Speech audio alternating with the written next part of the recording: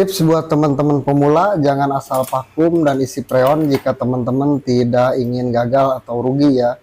Jadi setelah pemasangan selang manifold, bisa diperhatikan cara pemasangannya. Lalu kita nyalakan untuk mesin vakumnya ya teman-teman. Dan cek apakah jarum turun ke minus 30 ya. Jadi teman-teman perhatikan di sini jarum manifold sudah turun ke minus 30 ya teman-teman. Dan kita cek lagi untuk sambungannya. Kalau misalkan masih ada kebocoran, kita kencangkan lagi ya. Kalau tidak safety seperti ini, teman-teman bisa gagal di dalam pemakuman ya teman-teman.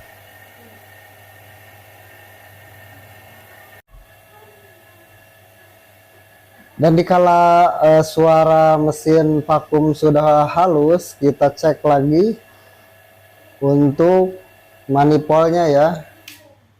Dan kita matikan untuk mesinnya untuk mengecek apakah jarum di manifold ada kenaikan atau tidak ya. Kalau di jarum manifold naik, berarti itu ada kebocoran ya. Dan teman-teman harus cek kembali untuk las-lasan dan juga sambungan selangnya ya, karena akan menyebabkan di saat pengisian freon akan gagal ya teman-teman. Jadi cara pemakuman yang benar itu yaitu dikala jarum di manifold tidak ada kenaikan kembali, berarti pemakuman sudah benar ya dan tidak ada kebocoran ya. Untuk menggunakan mesin vakum kita bisa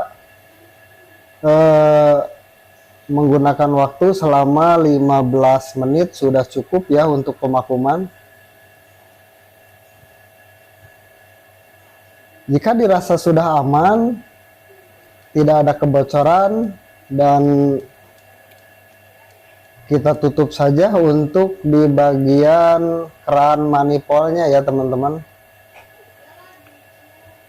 Dan setelah ditutup, kita cek lagi apakah jarum manifoldnya ada kenaikan atau tidak ya. Kalau misalkan ada kenaikan, teman-teman harus cek ulang untuk las-lasan atau sambungan di bagian pipa-pipanya ya, karena itu masih ada kebocoran ya. Dan jikala sudah aman, kita copot saja selang dari mesin vakumnya ya.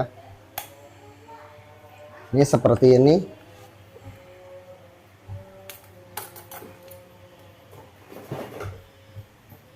Kita lanjut saja pasang untuk selang yang birunya ke bagian tabung freon ya teman-teman. Jadi untuk pemakuman yang benar seperti tadi, jika jarum manifold masih ada kenaikan, jangan sesekali langsung isi freon ya, karena itu masih ada kebocoran ya.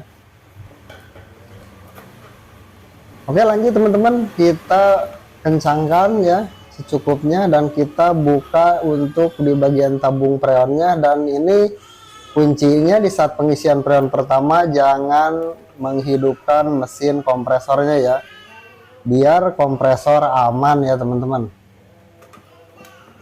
Kita buka full saja di bagian tabung freonnya teman-teman, dan kita balikan seperti ini supaya cairannya bisa ikut masuk ya teman-teman. Langsung saja kita buka keran manifoldnya ya. Di saat tidak ada tekanan atau kompresor mati, kita kasih tekanan di 30 PSI saja ya teman-teman. Kita balikan lagi untuk tabung freonnya dan tutup dengan rapat ya. Setelah freon bersirkulasi di dalam tabung freon, nah di sini bisa diperhatikan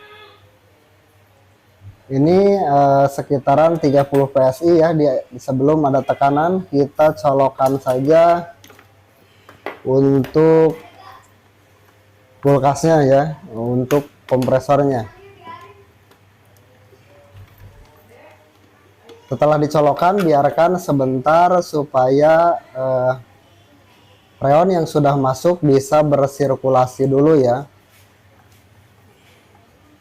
Dan kita buka perlahan di bagian keran manifolnya ya teman-teman, biar cairan yang ada di manifold bisa masuk ya.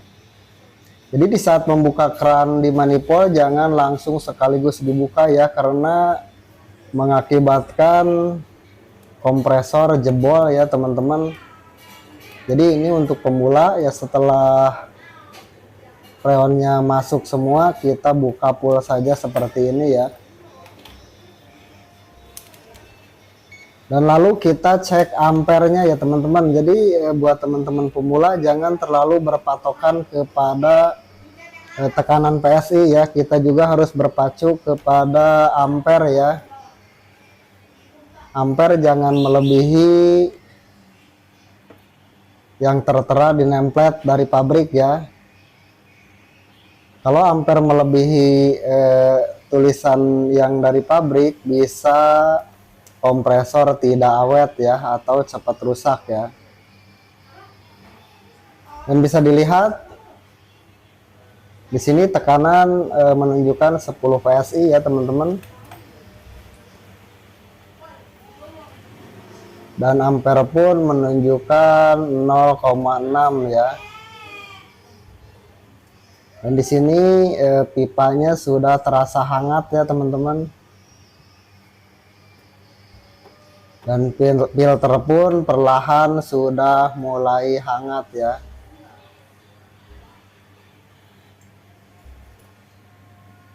Langsung kita cek bagian sampingnya seperti ini.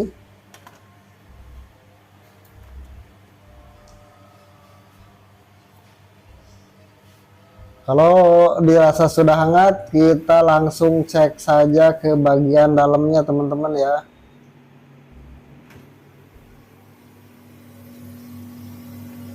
Nah, dan di sini bisa teman-teman lihat ya. Tuh suara freonnya juga lancar jaya teman-teman, tidak ada sendat-sendatan ya. Berarti cara flashingnya ini sudah bersih ya. Kalau tersendat-sendat kemungkinan flashingnya belum bersih ya. Ini di sini sudah ada bunga esnya ya. Dan sudah terasa basah teman-teman ya.